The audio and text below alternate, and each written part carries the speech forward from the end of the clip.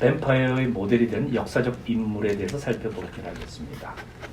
우선 뱀파이어 하면 떠오르는 대명사가 있죠. 드라큘라라고. 사실 드라큘라는 블라드 3세, 왈라키아의 군주였던 블라드 3세의 별칭이었습니다.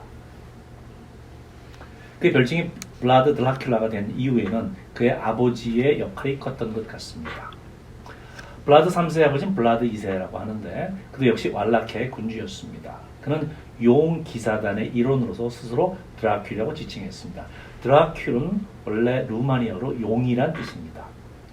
오른쪽 휘장을 보면은 이것은 신성 로마 제국의 황제가 그 오스만 터키가 동유럽에 진입하는 것을 막기 위해서 기독교 기사단을 만듭니다. 그 기사단임을 바로 Order of the Dragon, 영어로는 용 기사단이라고 칭하였죠. 여기에 멤버로서 드라큘라의 아버지 블라드 2세가 통솔자로 나섭니다. 그래서 그 스스로가 자기를 이 용이라는 이름이 좋아서 루마니아어로 용이라는 드라큘라고 칭하게 되었죠. 자, 그 다음 보면 그 드라큘라의 의미는 바로 용의 아들이란 뜻입니다. 아까 얘기했지만 드라큘라는 용이라는 의미고 아는 아들이라는 의미죠.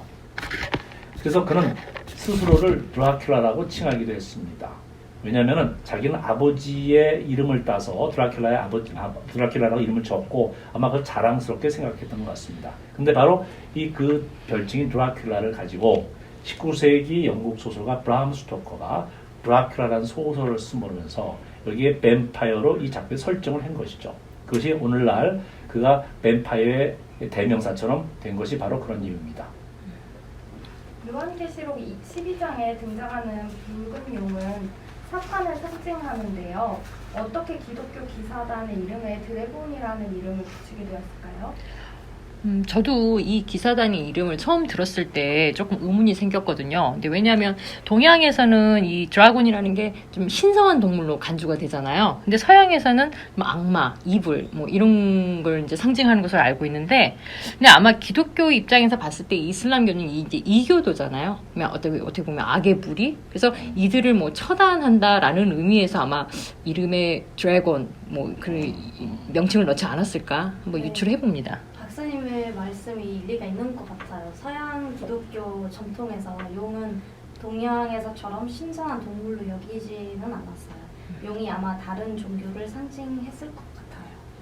그래서 용이 사실은 그 서양에서 악마의 상징으로 아주 탐욕스러운 존재. 그래서 보면은 서양에서 보면 보물을 지키는 게 용으로 등장해요. 그동안은 기독교의 무사가 용을 죽이는 그림도 많이 있고 사탄의 상징이기도 한데 또 역설적으로 용은 또 용감한 존재예요. 힘이 세고 강력한 무서운 존재다. 따라서 어떻게 보면은 이 용은 용처럼 이교도를 물리쳐라 용감하게. 그런 의미를 내포하고 있는 것이 아닌가 생각해 볼 수 있을 것 같아요. 네. 다른 질문도 있는데요. 네. 이 드라큘라라는 소설은 그러면 아예 이 블라드 3세에 대한 이 실제 사람에 대한 이야기인가요? 그쪽이 되게 궁금한 얘기일 텐데 사실 나중에 우리 브람 스토커의 드라큘라 소설은 한번 얘기를 한번 해볼 예정인데 사실은 비슷한 점들이 있습니다. 이 소설에 보면 드라큘라가 실제로 블라드 3세가 겪었던 얘기를 합니다. 마치 자기 조상이 이러이러한 싸움을 했다. 터키와 어떤 전쟁을 했다. 얘기해서 마치 진짜 자기가 그 전쟁에 참여한 것처럼 얘기함으로써 실제 드라큘라의 모습을 담고 있어요. 근데 또 하나 그의 성이 루마니아의 트랜실바니아에 위치한 성이라는 사실도 실제 드라큘라와 똑같습니다. 근데 그 외에 나머지 전부 다 픽션이에요. 다 지어낸 얘기들이죠. 그래서 되게 비슷한 소재를 땄지만은 사실은 완전히 다른 인물이다. 게다가 드라큘라 백작으로 나오죠. 근데 사실은 여기서는 드라큘라는 군주입니다. 왈라키아에. 그것도 또 설정이 다르다고 볼 수 있겠죠. 네. 그렇다면 브람 스토커가 쓴 드라큘라는 네네 왜 뱀파이어로 썼는지 궁금합니다. 앞으로의 이야기를 들으면 알 수 있겠죠? 그렇죠. 우리가 사실 근본적으로 그 얘기를 지금 하고자 하는 건데 드라큘라는 인물, 블라드 3세는 잔혹성, 그 잔혹성에 또 피와 연관되는 어떤 잔혹한 행위들 있죠. 이것들이 아마 연결돼서 뱀파이어 전설과 브람 스토커가 연결을 시켰던 것 같습니다. 그리고 그것이 또 많은 그 당시 독자들도 공감을 해서 그가 완전 뱀파이어의 대명사가 되었던 것 같죠. 네.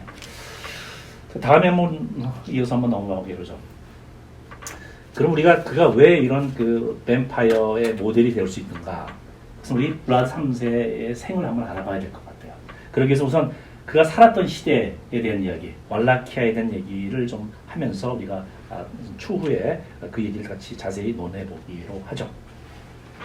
우선 블라드 3세가 통치했던, 블라드 드라큘라 통치했던 왈라키아, 영어로는 Principality of Wallachia,인데 이 공식적인 명칭은 우리말로 하면 왈라키아 공국으로 아마 해석이 될 수가 있을 것 같습니다. 근데 사실 왈라키아는 처음에는 헝가리의 그 식민지였어요. 헝가리에 속했다는 거죠. 그것이 1225년에 마사라브 1세가 독립을 선전합니다. 독립을 선포해서 왈라키아 공국을 세웁니다. 왈라키아라는 나라가 오늘날에는 사실 없죠. 과거에 15세기에 있었던 건데, 우리 역사를 한번 쭉 훑어보면은 왈라키아 1861년에 우리 지도를 보면은 왈라키아가 있고 그 위에 트란실바니아가 있고 오른쪽에 몰다비아가 있죠. 근데 이 사실 트란실바니아는 당시엔 헝가리형이었어요. 몰다비아가 왈라키아에 있었는데 이 몰다비아의 일부분이 나중에 20세기에서는 몰도바라는 나라로 독립을 합니다. 근데 대부분은 이것이 몰다비아하고 왈라키아가 합병을 해서 나중에 또 하나 거기에 트랜실바니아까지 합쳐져서 나중에 오늘날의 루마니아가 탄생하는 거예요. 그러니까 루마니아는 왈라키아, 트랜실바니아 그리고 몰다비아 일부분이 된 겁니다. 몰다비아에서 파생된 게 몰도바라는 나라가 탄생하는데 여러분 보지만 이 몰도바의 국기하고 그 루마니아의 국기 되게 비슷해요. 색깔이 똑같아요. 가운데 어떤 그림이 하나 몰도바에 있다는 것처럼 같습니다. 한번 나중에 찾아보세요. 한번. 근데 이 지도상에 나타난 이 지리적 형세만 보더라도 좀 왈라키아 역사가 조금 어느 정도 좀 예상이 돼요. 왜냐하면 그 주변에 보면 워낙 강대국들이 이렇게 둘러싸여 있잖아요. 왈라키아는 작은 공국이고 그러면 아마 좀 생존하기 위해서 강대국들 사이에서 좀 줄다리기도 하고 생존하기 위해서 여기에도 좀 붙고 저기에도 어떤 강대국 사이에서 그 세력에서 어떤 그런 줄다리기 같은 거를 좀 많이 하지 않았을까 싶거든요. 지도 봐도 사실 왈라키아 보면 밑에는 또 오스만 제국이에요. 네. 가장 강력한 국가. 위쪽은 바로 트란실바니아, 위쪽도 오스트리아 제국. 또는 저기까지 헝가리 옆에 있고 사실은 되게 강대국이 둘러싸인 아주 작은 나라죠. 네. 사실. 그래서 그 작은 나라 눈치 보고 살아야 될 수밖에 없는 상황들 이런 것들이 나중에 이제 결국은 블라드 3세의 삶에도 큰 영향을 미치게 되겠죠. 우리 시대적 정치적 배경을 한번 같이 연결해서 한번 얘기를 한번 해보기로 하죠. 국내 상황에 대한 얘기죠. 왈라키아의 국내 상황. 국내 상황은 사실은 이게 라두 1세의 그 아들이 난이라는 아들이 있고 차남이 여기 보면은 그 미르체아 발음이 조금 좀 헝가리어에서 약간 루마니아어에서 조금 어려운데 있었는데 이 정확히 말하면은 라두 1세의 아들이 장남 난과 차남 미르체아가 서로 싸우기 정권 다툼만 하게 됩니다. 근데 라두 1세의 장남 난이 죽은 다음에 그의 동생인 미르체아가 그 뒤를 이어서 왕이 됩니다. 근데 사실 이 장남 난의 그 후손과 미르체아 후손이 대대로 계속 정권 다툼을 하게 돼요. 그래서 이 블라드 3세도 마찬가지로, 블라드 2세도 마찬가지고 이 정권 다툼의 연장선을 우리가 파악할 수가 있습니다. 그래서 장남 1세를 난 1세를 지지하는 파를 너네슈티파라고 그러고, 그다음에 그 차남 밀체아 파를 지지하는 사람을 드레키스티파라고 해요. 그래서 바로 드라큘레스티파에 속합니다. 아버지도 물론 거기에 속하게 되겠죠. 네. 근데 여기서 우리가 질문 하나 던져보죠. 형제지간에 사실 권력 다툼이라는 건 그 동서양을 막론하고 늘 있어 왔던 건데 왜 이렇게 권력 다툼이 심했고 후손으로까지 쭉 이어졌을까요? 특별한 이유는 잘 모르겠지만 방금 말씀하신 대로 우리나라 역사에도 사실 너무 많잖아요. 형제지간의 그 권력 다툼이라든가. 그럼 그거는 그렇죠. 당연히 그 후손으로까지 이어지는 게 당연한 건데 뭐 다른 좀 더 특별한 이유가 있나요? 그렇죠. 뭐 형제간의 권력 다툼이 늘 있는 일이지만 네. 특별한 건 뭐냐면 이 너네스티파 단 1세와 차남 미르체아는 이복 형제예요. 아, 네. 그래서 이제 이해가 돼요. 확실하죠? 그러니까 이복 형제이기 때문에 좀 더 형제지간의 네, 싸움이 네, 좀 더 네. 거칠어질 수밖에 네. 없었다. 어떻게 보면 네, 네, 네. 어머니가 틀리기 때문에 그렇죠. 그리고 그런 맥락도 한 번 더 추가로 우리가 한번 생각해 볼 수가 있을 것 같습니다. 국외 상황들이 더 중요한 건데 사실 발칸 반도죠. 이 저기 왈라키아인 발칸 반도로 하는데 발칸 반도는 늘 유럽의 화약고라는 말입니다. 언제든지 그 전쟁이 일어날 수 있는 인종 종교적 전쟁이 일어났던 곳이고 이 발칸 반도에 두 개의 강대국이 있었습니다. 바로 헝가리와 터키, 이제 오스만 터키다. 오스만 터키 사이에 끼인 거예요. 어떻게 보면 양쪽에서 끼인 상황이고 서로 완충지대 가운데 있는 게 왈라키아입니다. 그래서 이 두 강국이 항상 왈라키아를 자기 편으로 만들었습니다. 그래서 왈라키아의 군주는 두 가지 싸움을 해야 됩니다. 우선 헝가리와 오스만 터키 사이에서 줄다리기를 해야 되고 두 번째는 왈라키아의 군주는 사실은 그렇게 왕권이 강화하지 못했습니다. 외세의 영향을 많이 받았기 때문에 그 양쪽에 오스만 터키에 붙는 귀족들도 있겠고 헝가리에 붙는 귀족도 있겠죠. 그래서 귀족들과 항상 긴장 관계에 있었습니다. 그래서 당연히 군주의 자리가 위태했다라고 보시면 됩니다. 위태했다. 자, 그럼 우리 어떻게 위태했는가를 보기 위해서는 우리 블라드 3세 아버지 블라드 2세의 삶부터 한번 살짝 살펴볼 필요가 있을 것 같습니다. 왜냐하면 블라드 2세의 그 삶의 연장선을 우리가 볼 수 있기 때문에 얘기를 할 수 있을 것 같아요. 자, 블라드 2세를 보통 재위 기간을 다 쭉 써놨는데 별로 길지가 않아요. 1436년에서 1442년, 그 43년에 47년. 왕인데 되게 짧죠. 그리고 중간에 잘려 이렇게, 그죠? 중간에 잘린 거는 바뀌었다는 뜻이에요, 왕이. 이어서 하지도 잘 못해요. 자, 그럼 우리 이런 상황이 사실은 블라드 3세까지도 결국 이어지게 됩니다. 그럼 블라드 2세에 대한 얘기를 조금 해보기 위해서 왈라키아, 미르체아 1세가 있었죠. 우리 단 1세 다음에 죽은 다음에 그의 이복 형제 미르체아 1세가 뒤를 이었는데 바로 미르체에서 사생아예요. 이 사람도 사생아야. 어떻게 보면 미르체아 1세도 사생아고 정확히 말하면 사생아의 사생아. 근데 바로 몰다비아의 알렉산더 1세의 공주와 결혼합니다. 누군 공주라고 하고 누구는 친척이라고도 합니다. 이미 크네지아라는 여성인데 발음이 좀 어려워요. 크네아즈나라고 하는 사람도 있고 크네지아라고 하는 결혼을 해서 자식을 낳게 됩니다. 아까 봤죠? 몰다비아는 바로 그 왈라키아 옆에 있었죠. 근처에 있죠. 나중에 물론 몰다비아하고 왈라키아 합쳐서 루마니아 됐지만 이렇게 약간 통통한 모습의 블라드 2세의 그 초상화가 옆에 있네요. 가족 관계를 보죠. 여기서 우리 드라큘라가 나오기 때문에 한번 살펴봐야 필요가 있는데 첫 번째 아들 미르체아입니다. 똑같아요. 미르체아니까 아빠 미르체 1세가 있었죠. 바로 블라드 2세 아버지가 미르체 1세니까 얘가 나중에 미르체가 왕이 됩니다. 미르체 2세가 나중에 됩니다. 다음에 둘째는 블라드입니다. 바로 블라드 3세가 되죠. 바로 이 사람이 드라큘라예요. 다음에 셋째 아들 라두라고 합니다. 라두. 이 세 명의 아들을 둡니다. 근데 또 다른 배다른 아들이 있어요. 장남이에요, 사실은. 그러니까 사실 왕들은 이렇게 부인이 한 명은 보통 아니죠. 그래서 장남의 별명이 블라드 더 몽크예요. 몽크는 수도사라는 뜻이어서 보통 블라드 수도공이라는 별칭을 갖습니다. 사실은 블라드 더 몽크가 제일 형이에요. 이복형이죠. 근데 사생아예요. 이거. 정실 자식이 아니에요. 여기 뭐 정실 자식이 아닌 사람들 굉장히 많이 나타납니다. 자, 그럼 블라드 2세의 삶에 대해서 조금 얘기를 한번 해보기로 하죠. 젊은 시절에는 헝가리 왕이자 신성 로마 제국의 황제, 이름을 저기 룩셈부르크의 지기스문트라고 하는데 이 사람에서 궁정 생활을 하게 됩니다. 근데 우리 일전에 얘기했지만 용 기사단을 만든 사람이 바로 지기스문트예요. 그가 1431년에 그가 만든 용 기사단에 바로 이 블라드 2세를, 그 당시 왕이 아니었어요. 왕이 아니었죠. 이 블라드를 통솔자로 임명을 하게 됩니다. 당시의 왈라키아의 군주는 알렉산드로 1세 일데아라고 하는데 이 사람은 오스만 터키의 협조 관계에 있었어요. 이게 되게 중요한 겁니다. 왈라키아의 왕은 항상 누군가 같이 협조를 해야 돼요.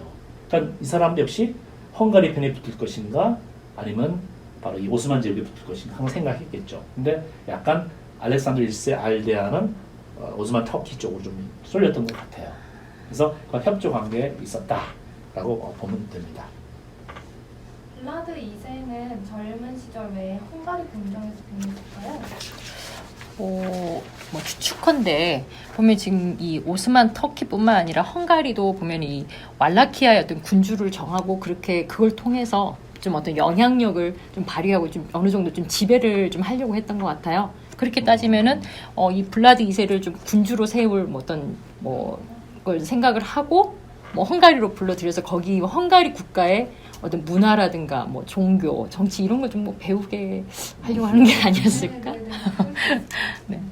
사실은 그 항상 헝가리도 그래요. 왈라키아 사람들을 군주를 자기 편으로 만들려고 그래요, 그죠? 터키도 마찬가지로 서로 그랬을 거야. 그 사람이 자기 편으로 만들려면은 자기와 같이 생활하게끔 만들어주죠. 첫 번째 볼모가 될 수 있어요. 볼모를 잡아두는 거. 두 번째 볼모 이전에 얘를 자기가 키워서 좀 세뇌를 시킬 수 있겠죠. 젊었을 때로 있으면 세뇌가 당해서 그 문화에 익숙해지면 그쪽 편을 들 수가 있겠죠. 어떻게 보면 젊은 시절부터 세뇌시키기 위해서 그렇게 데려간 게 아닌가 또는 볼모의 역할도 되겠지만은 그래야지 블라디에서 기독교인을 만들 수 있어요. 네. 그러니까 주인이 종교인인데 헝가리는 약간 기독교 국가입니다. 근데 왈라키아는 기독교 국가이긴 하지만은 정확히 말하면 우리 그 동방 정교회, 그죠? Eastern Orthodox Church에 네네. 약간 달라요. 네. 그래서 이쪽 기독교로 만들기 위해서 자기 편으로 만들기 위해서 그를 젊었을 때 데려온 게 아닌가라고 생각합니다. 그래서 나중에 그 역시 왈라키아 군주가 되더라도 다 헝가리 편을 들겠죠. 그렇죠? 게다가 또 이제 그 헝가리는 나름대로 우리 이슈투반 성당이라고 그 부다페스트 가면 있는데 혹시 가본 적 있어요? 그 헝가리의 이슈투반 성당, 대성당? 거기 이슈투반이 원래 헝가리 국왕인데 최초로 기독교를 받아들인 왕이에요. 그 세인트 성인으로 추앙을 받는데 이 왕이 그때 이제 그 기독교를 받아들이면서 헝가리가 유럽의 일부가 됐다. 멤버가 됐다라고 생각했던 것 같아요. 헝가리가 기독교를 퍼뜨리는 데 있어서 기독교를 수호하는 데서 나중에 자부심을 갖고 그런 생각을 갖고 있었던 것 같아요. 그래서 더욱더 바로 이 블라드를 기독교인을 만들 필요성을 더 느낄 수 있었겠죠. 그렇죠? 네. 조금 전에 나왔던 이야기에 대해서도 궁금한 점이 있었는데요. 이 시기스문트는 왜 블라드 2세에게 용의 기사단 통솔자를 맡겼어요? 같은 맥락 아닐까요? 네, 그렇겠죠. 통솔자면 사명감도 가질 수 있고 책임감, 사명감, 기독교인으로서 그런 게 아닐까 싶어요. 그걸 심어주기 위해서. 그렇죠. 사실은 맞습니다. 기독교인을 키우려고 했던 거고 게다가 이 용의 기사들은 이교도, 그들이 이교도라는 것은 바로 오스만 터키겠죠. 이슬람교. 그를 무찌르는데 성공해서라. 완전히 자기 편을 확실히 만들기 위한 거겠죠. 그래서 블라드 2세는 사실 기독교 편이에요. 상당히. 그때 자랐고 문화에 익숙하고. 근데 사실 나중에 알겠지만 그렇다고 해서 항상 그 이슬람을 거부할 수는 없습니다. 왜냐하면 터키가 워낙 강대국이기 때문에 대놓고 이 터키 반기를 들기 참 어려웠던 아주 상황이었을 거라고 생각합니다. 오른쪽 그림이 이제 보면은 우리 용 기사단 의식용 칼로 추정이 된다. 이 사람은 그 자기 대관식 때 지기스문트 황제가 대관식에 사용했을 거라 추정을 하고 있습니다. 자, 다음에 또 급박한 정세가 또 이어지게 되죠. 1436년에 바로 왈라키아의 왕이었던 군주는 알렉산더 1세 알데아가 사망을 하게 됩니다. 잘 됐죠. 왜냐면 알렉산드로 1세 알데아는 약간 친터키전 그 정책을 폈는데 이 기회에 지기스문트 황제, 헝가리 황제는 잘 됐다. 블라드 2세를 오게 됐다. 왕도 정해 이렇게 말해요. 그래서 왈라키아 군주로서 그가 즉위를 하게 됩니다. 당연히 이 사람은 헝가리의 도움으로 왕이 됐죠. 그럼 당연히 헝가리 편을 들어야 될 것 같지만은 꼭 그렇게 상황이 녹록지만은 않습니다. 1437년에 지기스문트가 사망하게 돼요. 그 다음에 오히려 이 사람은 이제 오스만 터키 무라트 2세, 당시의 황제가 오른쪽 그림이 있는 오스만 무라트 2세입니다. 그래서 조공을 바쳐요. 그리고 그의 군주권을 인정해 줍니다. 무라트 2세가 당시 황제다 라고 인정을 해줘요. 그리고 이제 조공을 바치기 시작합니다. 그러니까 이게 지금 블라드 2세를 군주가 되도록 도와준 헝가리 왕이 죽자 이제 블라드 2세는 터키 쪽으로 이제 좀 다시 또 붙게 됐다는 얘기죠. 쉽게 얘기하면. 그렇죠. 1년 만에 그거 지금 1년 만에. 군주로 죽인 게 36년이고 37년은 또 붙는다는 건 붙기도 붙었지만 완전히 붙은 건 아닌데 네. 어쨌든 터키의 눈치를 봐야 되죠. 영향력 안에 들어가는 것 같아요. 게다가 또 하나 이제 뭐냐면 지기스문트 강력한 헝가리 왕이었지만 이제 스폰서를 잃어버린 거야. 네. 그러니까 그가 죽으니까 아무래도 헝가리의 장악력이 좀 떨어졌다고 볼 수가 있겠죠. 그래서 어떻게 합니까? 할 수 없지. 또 헝가리한테만 또 믿을 수는 없으니까 또 터키한테도 조공 바치고 조공 바친다는 게 아주 굉장히 큰 의미가 조공이 그냥 물자만 주는 게 아니라 때로는 군사 조공도 있어요. 군대를 보내라. 되게 큰 일이죠. 이거는 군대 보내는 것도 그죠? 조공을 바친다는 건 되게 큰 어떤 결단이 필요한 아주 그 일이라고 볼 수가 있을 거예요. 그 다음에 이제 더 진퇴양난에 빠질 수밖에 없었죠. 이런 상황이. 1438년에는 재밌는 게 조공을 바치라 했는데 무라트 2세가 헝가리령인 트란실바니아를 침공해요. 그 당시 트란실바니아는 헝가리령이었습니다. 근데 무라트 2세는 조공을 바치라고 그래요. 그냥 군대를 보내라는 거야. 그럼 진퇴양난이지. 아니 자기 그러면 헝가리를 치는데 자기 군대를 보내야 되는 거야. 락키아에서. 참 이게 참 너무나 또 거절하기도 힘든 그런 상황이다. 네. 진짜 작은 나라라서 왈라키아는 진짜 어떻게 해볼 도리가 없는 그런 상황으로 볼 수가 있을 거예요. 자 이제 이 강대국 사이에서 이렇게 막 끼는 게 보면은 1441년에 헝가리 섭종이자 트란실바니아의 모이보드인 후냐디 야노시라는 인물이 있습니다. 이게 헝가리에서 읽기가 어려워요. 스페링이. 오른쪽 그림이 후냐디의 그 초상화인데 이 사람이 오스만 터키에 십자군을 보내려고 합니다. 그러니까 오스만 터키를 치겠다는 거야. 근데 이 사람은 이제 트란실바니아는 헝가리령이기 때문에 헝가리 왕의 신하가 되겠죠. 후냐디 야노시도. 근데 후냐디 야노시 굉장히 용맹한 장군이에요. 사실 오스만 터키도 두려워했던 아주 용맹한 장군입니다. 근데 이 사람이 오스만 터키를 치겠다면서 블라디스한테 군대 보내라고 그래요. 이게 완전히 상황이 그렇죠? 네. 오스만 터키도 트랜실바니아를 칠 테니까 군대 보내라고 그러고 딱 사이에 껴가지고 진짜 여기 또 거꾸로 옴짝달짝. 또 트랜실바니아는 또 후니아노시는 오스만 터키 칠 테니까 군대 보내라고. 자 이런 아주 그냥 강대국 낀 상황이 너무나 그 곤란한 그런 상황에 처하게 됐다. 네. 혹시 이 후냐디가 갖고 있는 모이보드는 어떠한 지위인가요? 이게 그때 이 처음 듣는다는데 저도. 근데 트란실바니아도 공국이잖아요. 왈라키아처럼. 그러면은 뭐 군주하고 비슷한 거 아니에요? 그러니까 헝가리에서 뭐 공국의 섭종으로 뭐 군주 정도 되지 않을까 싶은데. 공국이라는 말도 참 낯설죠. 네, 그죠? 네. 공국이라는 게. 그러니까 우리가 보면 공국이라는 것은 듀크를 공이라고 했고 네. 대공을 그랜드 듀크하면 대공으로 번역을 하는데 군주와 같은 건데 사실은 왕보다는 하위 단계예요. 근데 사실은 엄격히 말하면은 블라디 2세는 왕이에요. 왜냐면 왈라키에서 블라디 2세 높은 사람 없거든. 근데 워낙 작은 나라, 조그만 나라고 자치 국가이지만 조그만 나라는 왕이라는 표현을 잘 안 써요. 그래서 모이보드라는 표현을 썼던 거예요. 그리고 실제로 모이보드라는 것은 그만큼 왕권이 약했다는 뜻이죠. 왜냐하면 야노시도 모이보드고 그리고 정확히 말하면은 블라디스도 모이보드예요. 그렇죠? 그러니까 참 묘한 거. 그러니까 하위 개념입니다. 왕보다. 근데 실질적으로 블라디는 왕인데 그 얘기 꼭 헝가리의 밑에 있다는 뜻이 될 수도 있겠죠. 그래서 왕을 자꾸 바꿀 수 있는 게 바로 그런 건데 야노시는 트란실바니아 모이보드예요. 그러니까 그나죠. 그리고 또 보야르라는 말이 보야라는 분은 보통 귀족들 보야라고 합니다. 보야르 중에서 보통 모이보드를 뽑아요.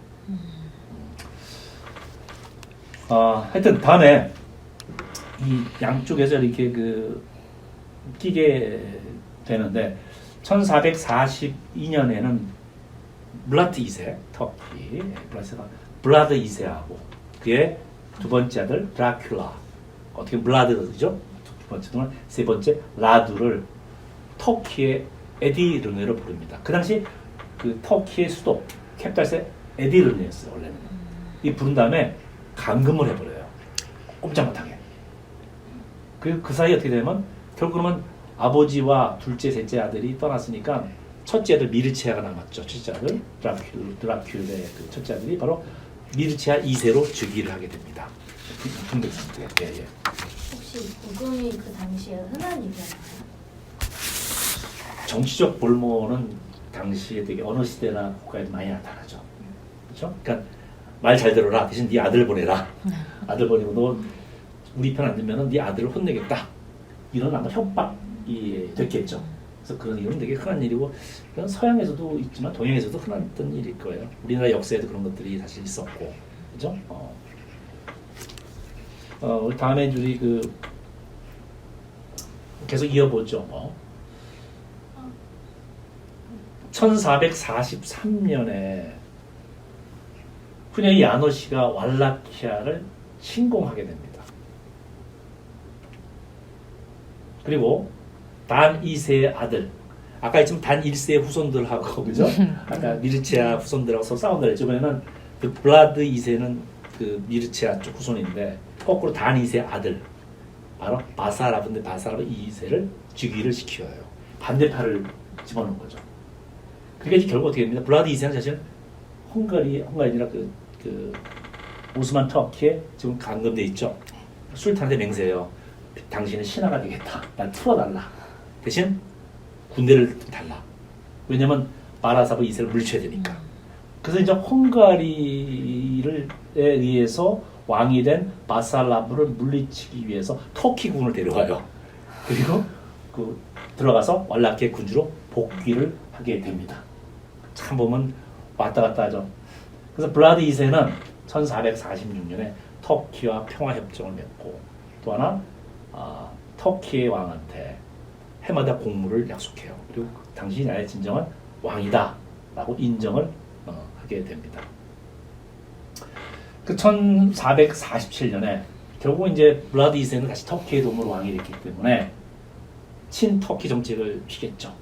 여기에 훈현이 아주 분노를 하게 됩니다. 다시 왈라키아를 침공해요. 침공하면서 블라드 2세와 미리치아 2세를 죽여요. 그리고 다시 또 반대파 도네스키 가문의 블라디슬라프라는 사람 2세를 왕자에 앉히게 됩니다. 결국 이처럼 왈라키아 왕권은 이 터키와 헝가리에서 완전히 좌지우지돼요. 그냥 누가 내세우냐에 따라서 그냥 왕이 되고 바뀌고 늘 그럽니다. 이런 국내외의 그 복잡한 상황은 사실은 블라드 3세까지 쭉 이어지게 되죠. 이 블라드 3세는 구금도 당했고 블라드의 아버지와 형이 살해를 당했는데 블라드가 나중에 어떻게 될지 아직 이야기는 못 들었지만 아마 이런 고통스러운 사건들이 큰 영향을 미쳤을 것 같아요.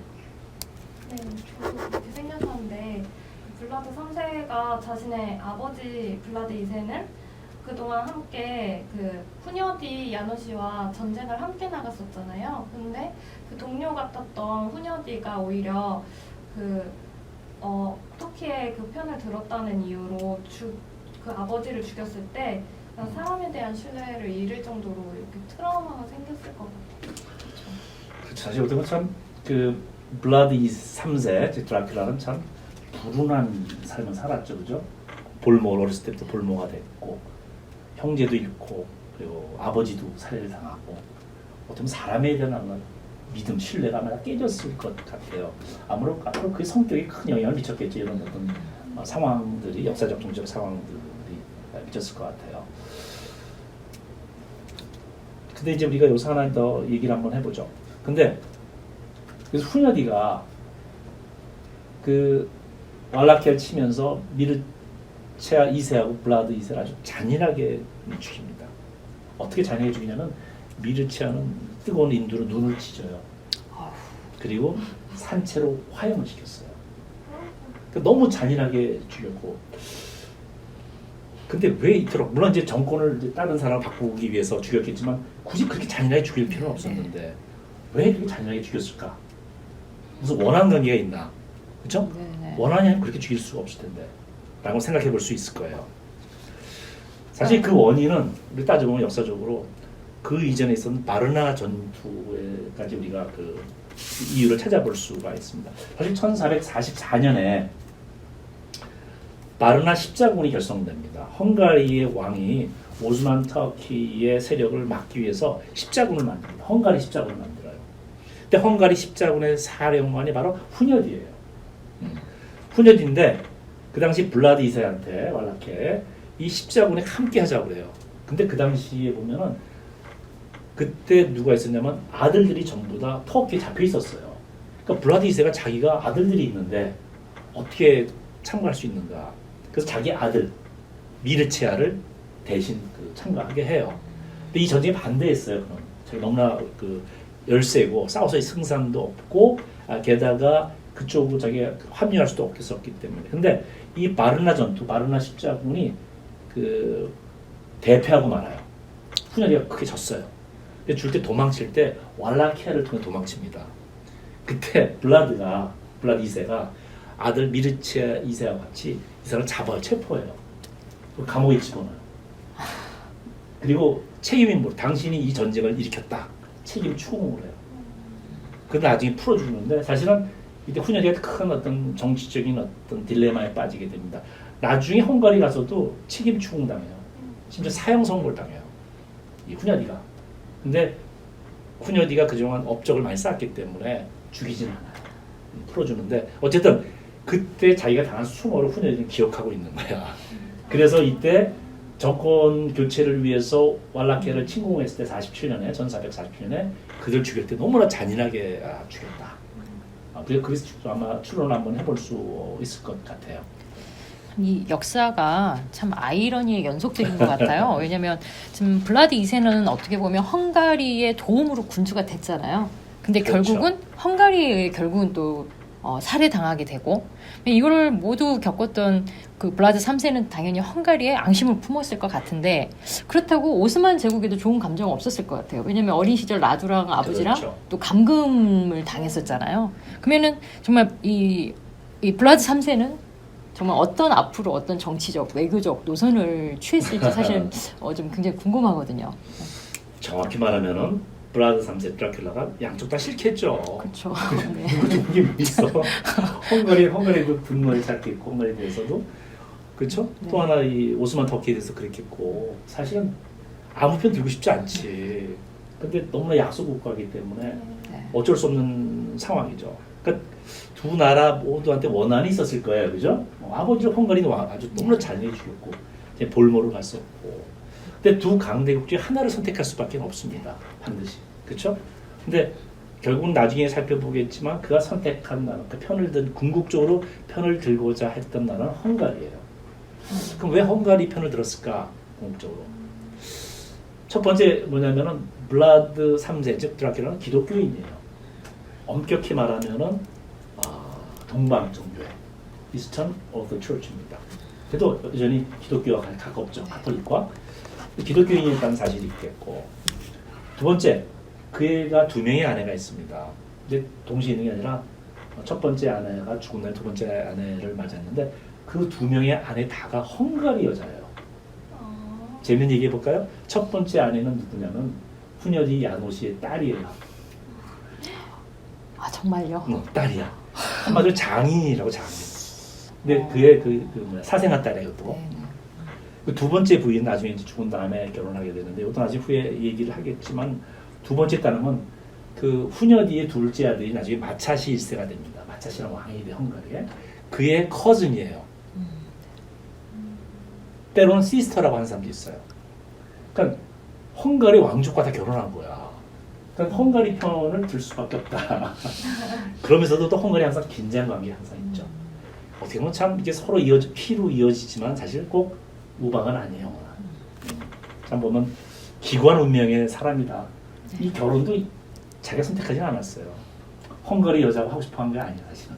다 후녀디의 압력과 헝가리 나라주의 왕 마차시 1세 압력에 의해서 결혼한 것이다. 왕이 참 불행해 보면은 결혼도 자기 마음대로 못해. 국가 정책에 따라서 할 수밖에 없죠. 자, 이것으로 이제 대강 블러드 24만 대략적으로 살펴본 것 같습니다. 네, 다음 강좌에서는 본 강좌의 초점이고 하이라이트는 사실은 블러드 2세의 아들, 블러드 3세, 특히 그의 또 다른 별칭인 블러드 드라큘라의 삶에 대해서 우리가 같이 살펴보기로 하죠. 자, 이번 강좌는 일단 이것으로 마치겠습니다. 수고했습니다.